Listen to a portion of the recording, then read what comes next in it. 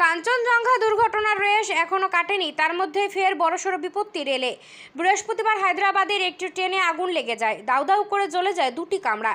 কিভাবে দুটি কামরায় আগুন লাগলো সেই কারণ এখনো জানা যায়নি। জানা গিয়েছে দক্ষিণ মধ্য রেলের প্রধান দপ্তর থেকে খানিকটা দূরে মেট্টোগুড়ার কাছে দাঁড় করানো ছিল রেলের কামরাগুলো। সেকেন্দ্রাবাদ যাওয়া ট্রেনগুলোর অধিকাংশ এখানে রাখা হয়। এখানে ট্রেনের কামরা পরিষ্কার করার পর ফের রওনা করানো হয় কামরাগুলোকে। সেখানে থাকা ট্রেনেই আগুন লাগে বৃহস্পতিবার।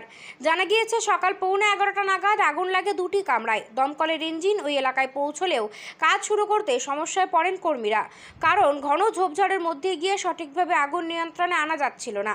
সেই সঙ্গে কামরার ভেতর থেকে বেরোনো ধোঁয়ার কারণেও আগুন নেভানোর কাজ ব্যাহত হয়। তবে দীর্ঘ প্রচেষ্টার পর অবশেষে আগুন নিয়ন্ত্রণে আসে। কিন্তু দাঁড়িয়ে থাকা অবস্থায় কী করে আগুন লাগলো ট্রেনের কামরায়, সেই উত্তর এখনও অধরা।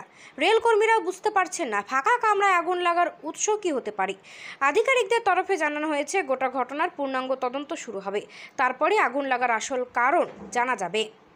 Bureau report, Uttarbanga today 24।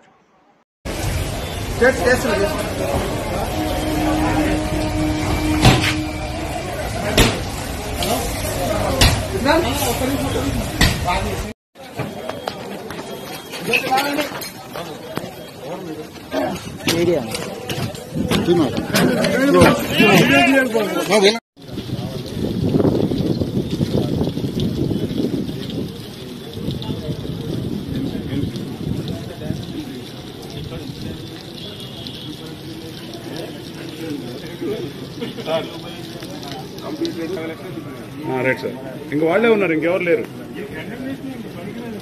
Non duty. Okay, వాడి డ్యూటీ.